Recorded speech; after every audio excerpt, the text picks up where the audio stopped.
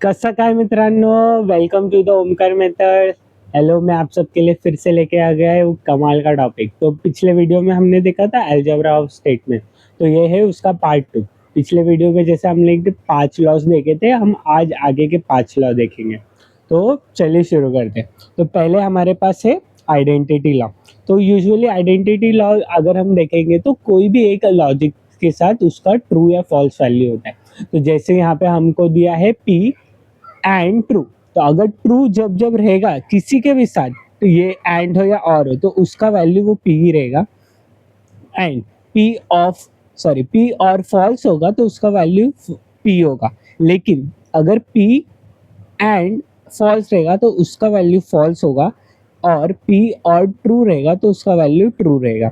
Okay, तो इसका simple सा स्टेटमेंट कैसे हम याद रखेंगे कि जब भी हमारे पास एंड है, तो एंड में अगर ट्रू का वैल्यू हमारे साथ है तो उसका वैल्यू हमारा पी होगा, अगर फॉल्स है तो उसका वैल्यू फॉल्स होगा, और हम और में उसका उल्टा कर देंगे। Okay, so next is complement law. So complement एकदम सिंपल है, जब भी हमारे पास खुद के साथ नेगेशन का वैल्यू होगा तो और एंड है तो वो फॉल्स है, अगर और है तो ट्रू है।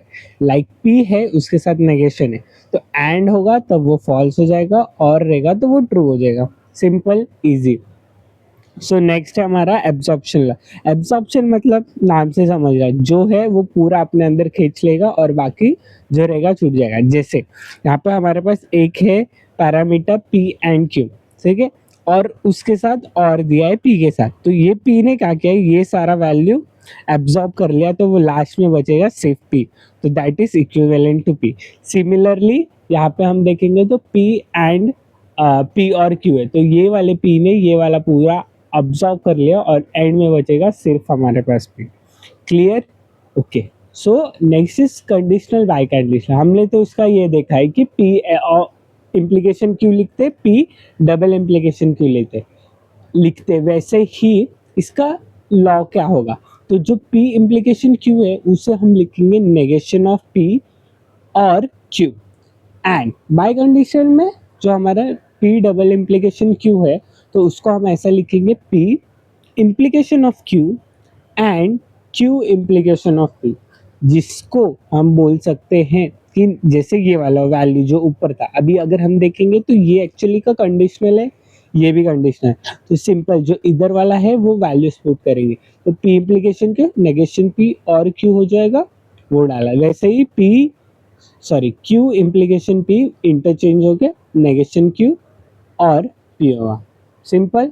तो ये हमारे आगे के 5 लॉ थे। तो चलिए एग्जांपल सॉल्व करते हैं। हमें एग्जांपल दिया है कि prove that you without using truth table. तो ये 2 स्टेटमेंट्स है, वो हमको प्रूव करना है विदाउट यूजिंग लॉजिकल स्टेटमेंट। आइए चलो पहला देखते हैं। लेफ्ट हैंड साइड लेंगे LHS, तो हमारे पास LHS दिया है नेगेशन P और Q और negation P and Q। Okay, तो हमने देखा है कि जब भी हमको बाहर नेगेशन दिखा, हम सिंपल यूज करेंगे डी मॉर्गन्स लॉ। तो डी मॉर्गन्स लॉ से ये हो जाएगा नेगेशन P, ये हो जाएगा sign change and negation Q, ठीक है, ये हो गया एक। फिर और ये ऊपर का value same as it is, और जब भी डालेंगे तो हम उसका ये भी डालेंगे कि कौन सा लॉ यूज कर रहे, sorry D Morgan's law. Okay, तो अभी अगर मैं ये दोनों इसमें देखूँ तो देयर इज समथिंग कॉमन, और वो है नेगेशन पी एंड। तो उसको हम ले लेंगे बाहर, नेगेशन पी एंड, तो हमारे पास बचेगा नेगेशन क्यू और क्यू, ठीक है। और अभी जस्ट हमने देखा था कि पी क्यू है उसके साथ नेगेशन है, लेकिन वो किसके साथ है, और है, तो जब भी और रहेगा तो वो वैल्यू हो जाएगा ट्रू। तो ये हो जाएगा negation P as it is and true.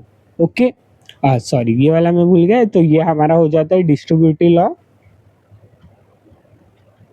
And ये वाला हमारा हो गया कॉम्प्लीमेंट लॉ।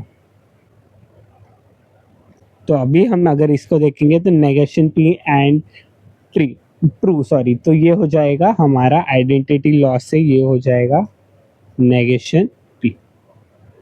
क्लियर?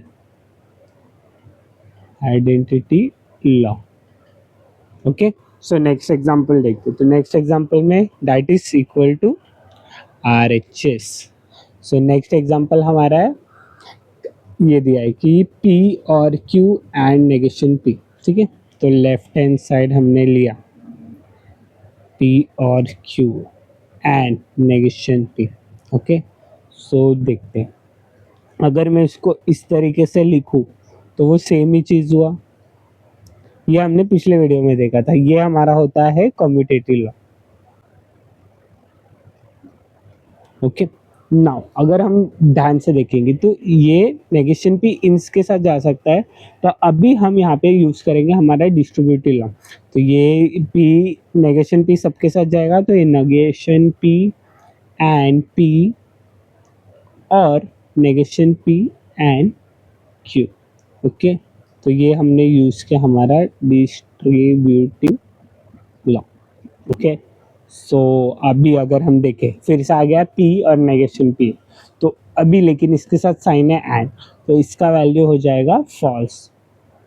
और अभी ये एज इट इज रखेंगे, तो P एंड Q, तो ये हमारा हो जाएगा कॉम्प्लीमेंट्री लॉ।